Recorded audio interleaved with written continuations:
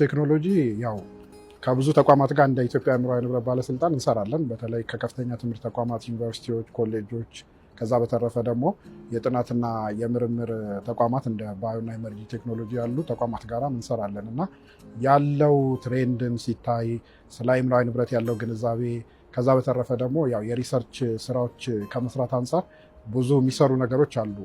ነገር ግን እንደተባለው ያው ብዙም የተለመደው አባባል የሸልፍ ማድመቂያ ከመሆን ያለፈ የዘለለ ውጤታማ የሆነ በማህበረሰቡም እንደ ሀገርም ደግሞ ትልቅ ኢምፓክት ማምጣት የሚችሉ ስራዎችን ከመስራት አንጻር ብዙ ክፍተቶች አሉና የኛም እንደ ተቋም አሁን እየሰራንባቸው ያሉ ጉዳዮች ላይ ምንድነው ያው በዋናነት ምዝገባ የማድረግ ነው። አሁን ቅድም የገለጽኳቸው ከፈጠራ ስራዎች ምዝገባ፣ ንግድ ምልክት፣ ቅጂ መብትና ተዛማጅ መብቶች ጋራ ምዝገባ ከማድረግ በተጨማሪም ግንዛቤ መፍጠር ማለት የልማት ስራዎች እንዲሰሩ የሚሰሩ የጥናትና ምርምር ስራዎችን አንደኛ ከማገዝ ጀምሮ ማለት ነው። በዓለም ላይ በመቶ ሚሊዮኖች የሚቆጠሩ የቴክኖሎጂ መረጃዎች አሉ።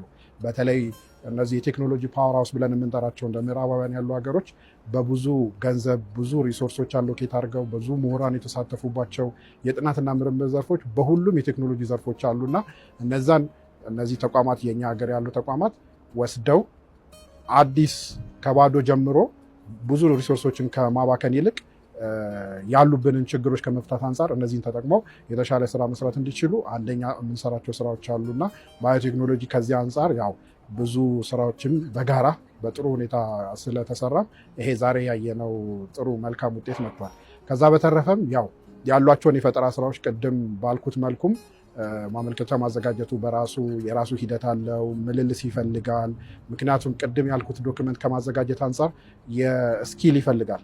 ለምሳሌ የህግ ሰው፣ የቢዝነስ ሰው እና ፈጠራው ባለበት የቴክኒክ ዘርፍ ያሉ ሰዎች ቁጭ ብለው ድራፍት የሚያደርጉት ነው እና በእኛ ሀገር እነዚህ ባለሙያዎች ስለሌሉ የፈጠራ ባለቤቱ ራሱ ነው እነዚህን ዶክመንቶች የሚያዘጋጀው እና ብዙ ያደክማል። ይህንን ሁሉ ታልፎ ነው እንግዲህ ዛሬ የሰርተፍኬት ኢሹ ተደርጎ ሰርተፍኬት ርክክብ ስነስርዓቱ የተካሄደው እና ጥሩ ልምድ ነው ያለው ባዮቴክኖሎጂ ላይ። ሌሎች ተቋማት ላይም እየተሰሩ ያሉ ጥሩ ስራዎች የሚታዩ ጅምር ስራዎች አሉ። ይህንን አጠናክሮ መሄድ ያስፈልጋል። እንደ ሀገርም ደግሞ አገር ማደግ መበልጸግ ካለባት በቴክኖሎጂ ጥሩ ስራዎች መሰራት አለባቸው እና ተመራማሪው ለፍቶ ደክሞ ተቋማትን ብዙ ሪሶርስ አሎኬት አድርገው የተሰሩ የጥናትና ምርምር ስራዎች የማንም ሶስተኛ ወገን ተጠቃሚነት ወይም ደግሞ ስርቆት ላይ መዋል የለባቸውም እና ያው ይሄ ብዙ ስራ ይፈልጋል። ከዛ በተረፈ ግን እነዚህን ስራዎች ደግሞ ገበያ ላይ ማውጣት ላይም ደግሞ ያሉ አሁን በተቋማት ደረጃ ያሉ አደረጃጀት ይሆናል ካለው ማርኬቱ ከኢንዱስትሪ ጋር ያለው ሊንኬጅ ብዙ ችግሮች አሉ እና እነዛን ደግሞ በጋራ በቅንጅት ተቋማት አብሮ ተቀራርበው በመስራት ውጤቱን ህብረተሰቡ ሴንስ እንዲያደርገው እንዲጠቀምበት፣ አገርም ደግሞ ጥሩ የኢኮኖሚ እድገትን ማምጣት የምንችለው እንደዚህ ብዙ ምርቶች ሲወጡ ነው እና ብዙ ያው መሰራት አለበት። ግን የባዮቴክኖሎጂ ዛሬ ያየነው ነገር ደስ የሚል ነገር። ምን አይነት እንግዲህ አይፒ ራሱን የቻለ ኦዲት ይፈልጋል፣ ክትትል ይፈልጋል፣ ማጣራት ይፈልጋል። ምን አይነት ሂደቶችን ተከትላችኋል? አሁን ከባዮና ኢመርጂንግ ቴክኖሎጂ ስራዎችን አንጻር ስናይ ያው የዓለም ቅድም የእናንተ ዋና ዳይሬክተርም ሲናገሩ እንደሰማሁት ከዓለማችን ፓተንት ከወሰዱ ዘርፎች ውስጥ 5% በላይ የሚሆነው ዘርፍ በባዮ ቴክኖሎጂ እና ኢመርጂንግ ቴክኖሎጂ ዙሪያ የተወሰዱ ፓተንቶች ናቸው ብለዋል እና ሂደት ይፈልጋሉ።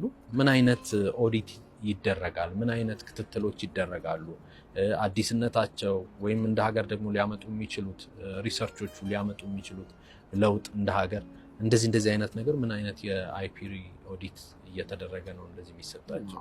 ይሄ አሁን ኦዲቱ ከተቋም ይጀምራል። እንግዲህ አሁን ቅድም እዛ ስናነሳ የነበረው ነገር ምንድነው ተቋማት ያላቸውን የአእምሯዊ ንብረት ሀብት ከመለየት ነው የሚጀምረው እና ያንን ቀድሞ ከተሰሩ የጥናትና ምርምር ስራ ሪፖርቶች ሊሆን ይችላል፣ የሪሰርች አውትፑቶች ሊሆን ይችላል።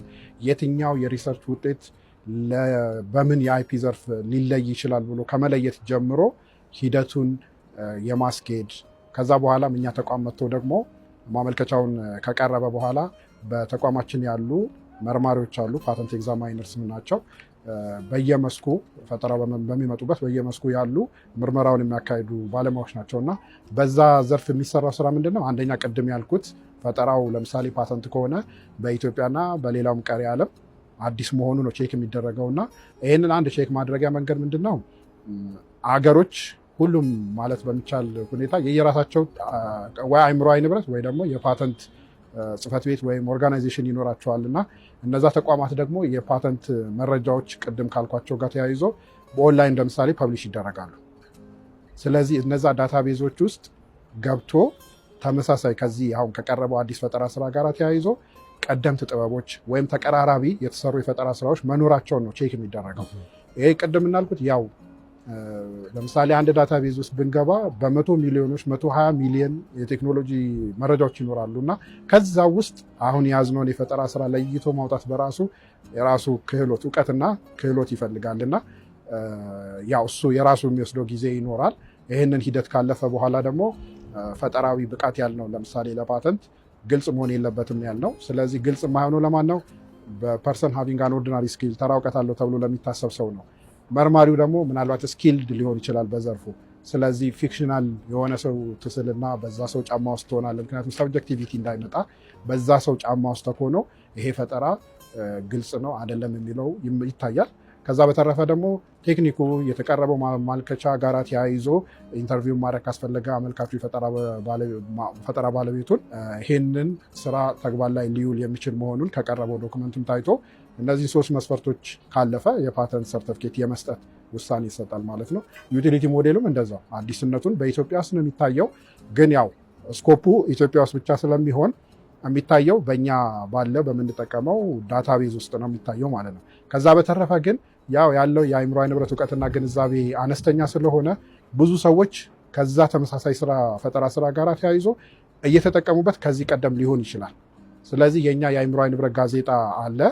ያንን በየ2 ወሩ ለፐብሊኩ ፐብሊሽ ተደርጎ ይለቀቃል። ስለዚህ ይሄ የሚያሳየው ምንድነው? አንደኛ ፐብሊኩ እንደዚህ አይነት ፈጠራ መጥቷል፣ ፋይል ተደርጓል፣ ምርመራ አካሂደን ውሳኔ ከመስጠታችን በፊት ይሄ ነገር ቀድሞ ሲጠቀምበት የነበረ አካል ካለ ማስረጃ እንዲያቀርብ እና ውሳኔው ላይ አጋዥ ሆኖ እንዲገኝ ይደረጋል።